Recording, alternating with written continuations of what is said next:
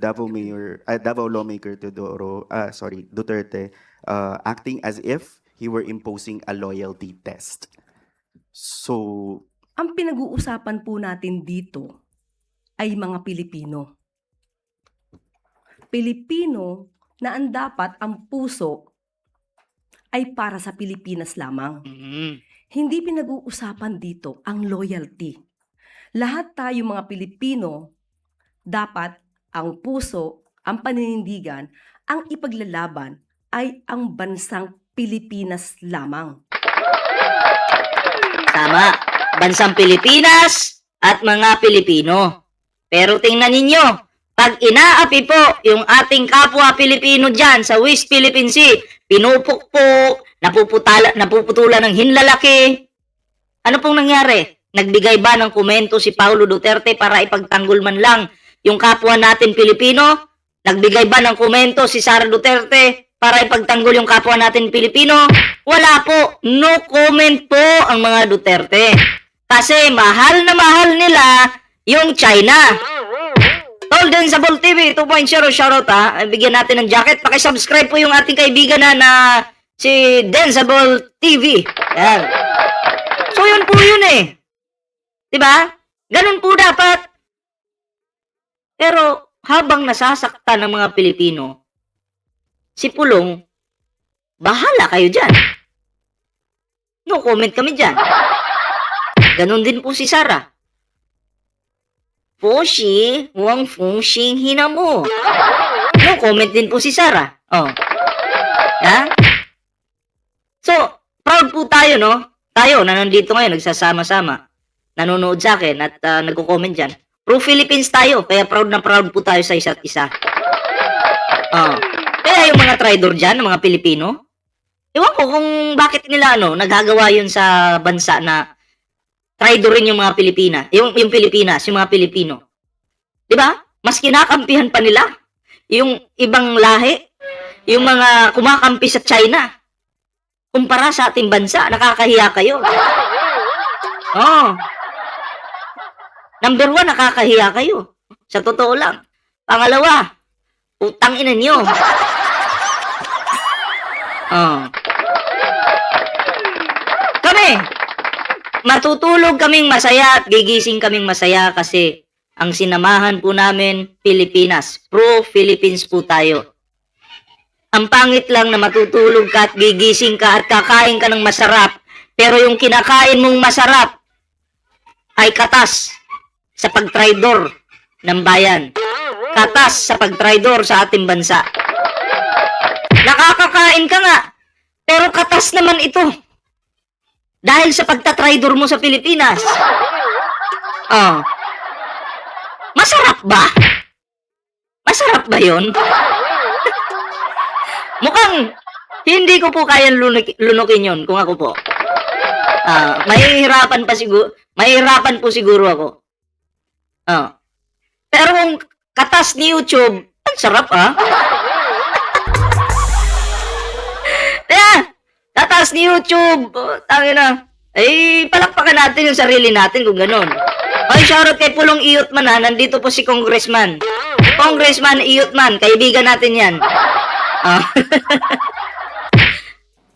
So kung Ay, wait lang. Nakapag-like na ba kayo? Ay, hindi pa eh. Hindi pa nakapag-like yung mga yan. Mag-like muna kayo dyan. Like, share, subscribe po. Pulong Duterte ay pinag-uusapan ang loyalty ng Pilipinas, or rather ng mga Pilipino sa Pilipinas, lubhang katakataka. Very alarming para sa isang katulad niya na mambabatas na lubhang parang nagpapakita na ang kanyang loyalty ay hindi solido sa Pilipinas. Halata naman po talaga, Yossi Claire, no?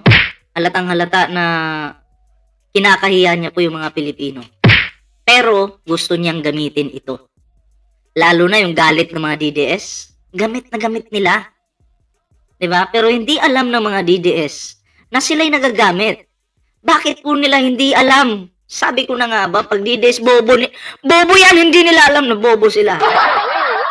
Kahit Kahit alam nilang nagagamit na po sila, wala, tuloy-tuloy lang sa pagiging bobo. Hindi po nag-iisip eh. Para silang ewan ko kung may utak ba to, no? Pero kung ako po malaman kung inuuto-uto na lang ako at ginagamit na lang yung galit ko, sino ka sa akin? Iwan pa kita dyan eh. Diba? So, wala tayong nakikita na mali. No? Ang Pangulo, ang administrasyon ay wala nakikita na mali sa tinuran ni Secretary Gibo Teodoro. Ito ay pagpapakita ng pagmamahal sa ating bansa. Ang sabi nga ng Pangulo, pagdating sa pagpaprotekta sa ating interes, kahit anuman ang ating kulay, kahit Meroy, RRJ, shoutout magkakaiba ang pananaw sa ibang issues, pero ang patungkol sa pagmamahal sa bansa, hindi ito pinag-uusapan.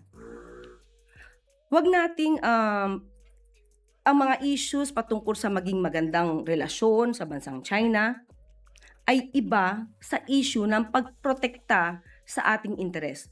Totoo na meron tayong magandang relasyon sa China patungkol sa trade, investment, negosyo.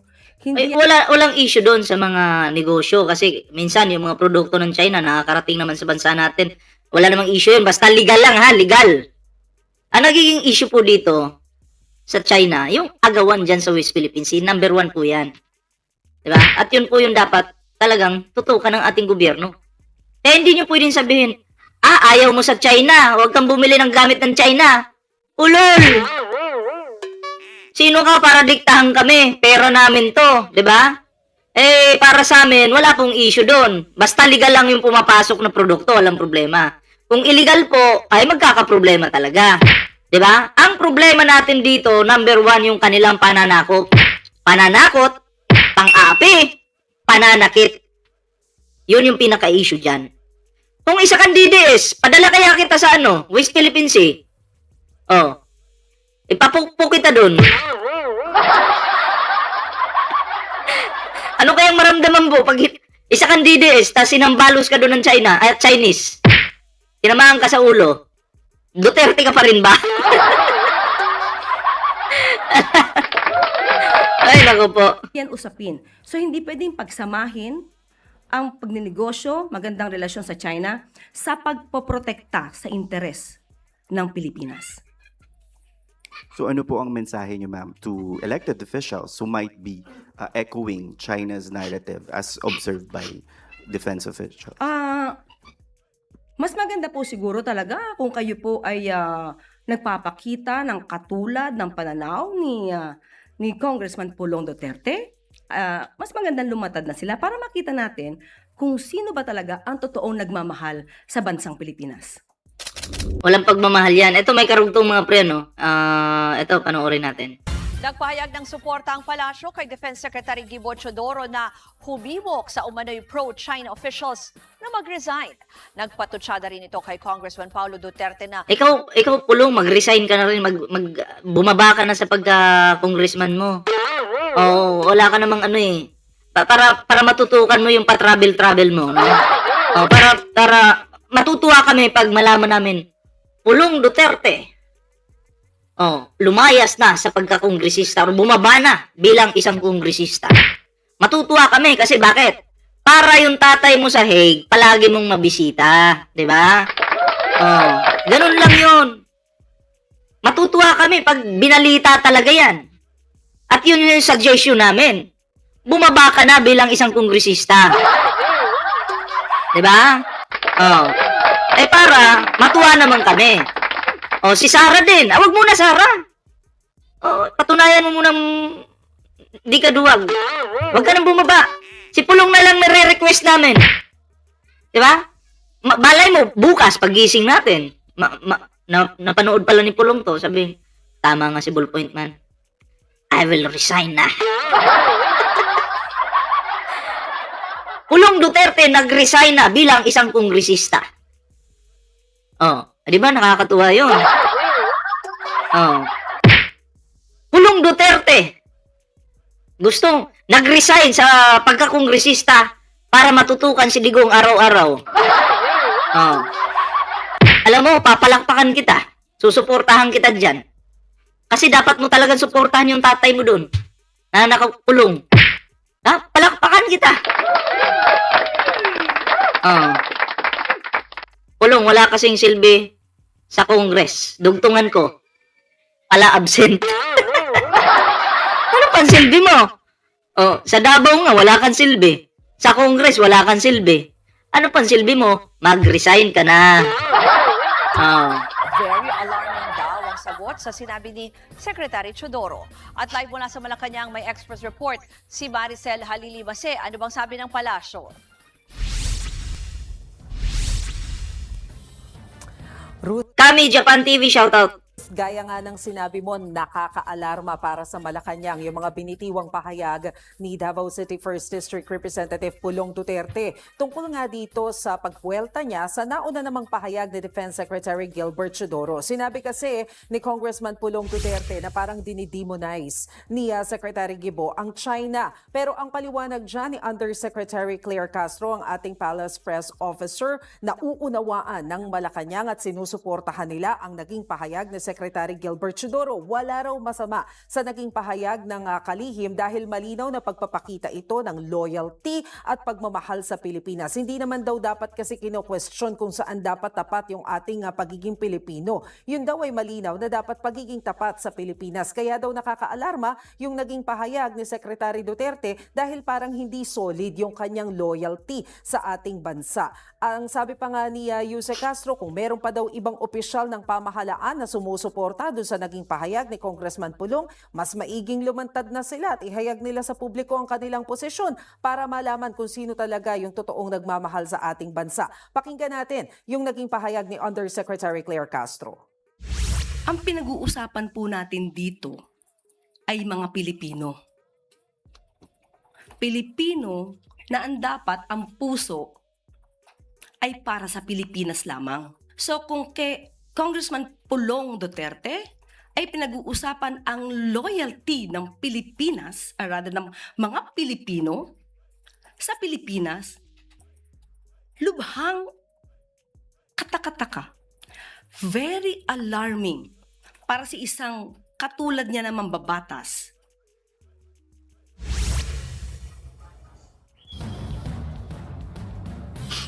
Ruth, karimari-marim naman para sa Malacanang, ito namang tungkol sa usapin Rosemary, shoutout po. ng sinasabing plot laban kay Executive Secretary Ralph Recto. Matatandaan kasi natin na nito lamang nakaraang linggo may lumabas na balita na parang merong sexual at character assassination plot na niluto laban So ayan na, klaro na po dito mga pre, no, na si Pulong, makapal na talaga yung mukha nito, no? Mukhang unti-unti na niyang pinapakita sa mga Pilipino, sa bansang Pilipinas, na hindi, pro-China kami. Wala kayong magagawa, di ba? Pro-China kami. So, ang delikado lang dito mga pre, pag sila ay nakabalik sa posisyon. Bakit? Yung kanilang plano na maging, kahit malabo, alam ko malabo eh. Pero pag nakabalik, ang delikado dito, gagawin tayong probinsya ng China. Dadami yung mga illegal dito, magkakaroon na naman ng mga gambling dito, online. Yun yung mahirap. Ang kawawa po dito yung mga mahihirap. Kasi yung mga mahihirap, lalong naghihirap dahil sa mga sugal na yan. Diba? Buti na lang, nilinis po ngayon ni Pangulong Bongbong Marcos. Yung mga pogo na yan, Kasi sila po, ang importante sa kanila, kumita. Eh, bahala kayo dyan mga mahihirap kayo. Mahirap lang kayo eh. Gagamitin namin kayo. Ganun yung nakikita ko dito mga pre. Kaya delikado ang Pilipinas pag sila ang nakahawak ulit. Kasi kontrolado po nila eh. Kumusta naman po yung yung katulad nating simpleng tao lang. 'Di ba? Maabuso po. Imbis pambili mo ng bigas, hindi, pansugal ko na lang to. Scatter, scatter, scatter, scatter, scatter, scatter, scatter, scatter, scatter, scatter. No, nakakotse ka. Ngayon, nakamotor ka na lang Scatter, scatter. Uy, asan mo motor mo, Brad? Wala na. Scatter, scatter. Yung bahay mo, Brad, nasa na? Wala na. Oh. Kaninong, ano yan? Baka na, kay Digong noon. Daming, may nakapatay pa, may nagnakaw pa. Dahil sa mga ano yan. Dahil sa mga Duterte yan. Kaya kawawang Pilipinas pag sila'y nakabalik. Okay? Yun lang yung gusto kong sabihin po. Kay Executive Secretary Ralph Recto, pero maigi na lamang daw at naapula agad yan ng National Bureau of Investigation. Sabi ng Malacanang, kung totoo ang balitang ito, hindi raw ito katanggap-tanggap dahil nagpapakita ito ng pagiging buwakaw sa kapangyarihan ng ilang tao. Sa ngayon daw ay patuloy ang isinasagawang investigasyon ng NBI para malaman kung meron pang ibang personalidad na kasabwat nito. Narito ang sinabi ni Yuse Castro. Kung ito'y mapapatunayan, may mga taong involved na pinangalanan ang taong nag-utos sa kanila na sirain ang pagkatao ni Executive Secretary Ralph Recto. Ito ay isang karimari-marim, hindi katanggap-tanggap, hindi makatao, makasarili, power-hungry. Ah. Ruth, tungkol naman doon sa pagpapiyansa ni dating Senador Bong Revilla, kaugnay pa rin itong mga flood control anomalies, binigyang diin ng Malacanang na walang selective justice sa administrasyon. Dahil kung talaga daw namimili sila, walang logic na pinayagan na magkaroon ng temporary release etong si Senador Bong Revilla, pero sinampahan pa ng kaso. Dahil kung talaga daw namimili ang administrasyon, sana raw hindi na lang siya sinampahan ng kaso para mas madali. At didepensahan din So, may kaso din. Malacanang ang ombudsman laban doon sa mga bumabatikos na parang wala naman itong ginawa at puro mga papogi lamang yung kanilang press conferences. Ang sabi dyan ng Malacanang, malinaw naman daw na nagtrabaho ang ombudsman dahil hindi lang naman daw si dating Senador Revilla ang nakasuhan. Meron din daw iba at yung iba hindi rin naman daw napayagan ng Sandigang Bayan na makapagpiyansa. Narito ang paliwanag ni Yuse Castro. Kung yan talaga ay may katotohanan at sasabihin natin may kamay ang Pangulo dito, hindi ba dapat hindi na lang siya sinampahan ng kaso? Pero siya yung nauna sinampahan ng kaso. So walang logic, it doesn't follow na siya ang unang pakakawalan dahil kaalyado. E di dapat hindi na lang sinampahan ng kaso. Tama naman, may kaso. Sinampahan. Pag may bagong kaso, panibagong problema yun. Diba? So, ano na lang tayo, no? Sumunod na lang sa batas. Huwag nang kumontra ng kumontra. Ang batas ay batas po at dapat pong masunod yan. Yung mga palagi naman kumukontra dito, yung mga kalaban po ng administrasyon ni PBBM. Sa totoo lang yan, si Bong Revilla, kahit kaalyado yan ni PBBM noon, hindi ko naman binuto yan eh. Hindi ko po binuto yan, sa totoo lang. Wala akong tiwala sa taong yan. Oh, pero yun na nga, no? Kayo po, ano po yung inyong opinion dito? Ano po yung inyong reaksyon? Oh, gusto ko pong malaman. Sada, Anita, shoutout po ha. Gusto pong malaman yung inyong opinion dito sa ating video ito, no? Pa-comment na lang po. Oo. Pa-comment na lang kung ano yun yung opinion, reaksyon. Inuubo tuloy ako. Ayan, para ano po natin yan, no? Mabasa po natin. Ayan, at yun na nga, may TikTok po tayo dyan, ha? O ano po yung TikTok natin? Ballpointman 2.0. Ballpointman, sa Facebook naman, Ballpointman 2.0 at Ballpointman 3.0. Bago po kayo mag-subscribe, na-ring bell button na po nyo ba yung ating YouTube channel? Kalimbangin nyo na po yung bell button dyan para every time po na may live po tayo, maano po kayo, ma-notify po kayo. Ayan, importante po yan. Shoutout muna, no? Shoutout muna kay, sino ba yun? Nawala yung pangalan, ha? Nawala yung pangalan. Kay Leonardo Astillero, shout out. Ayan.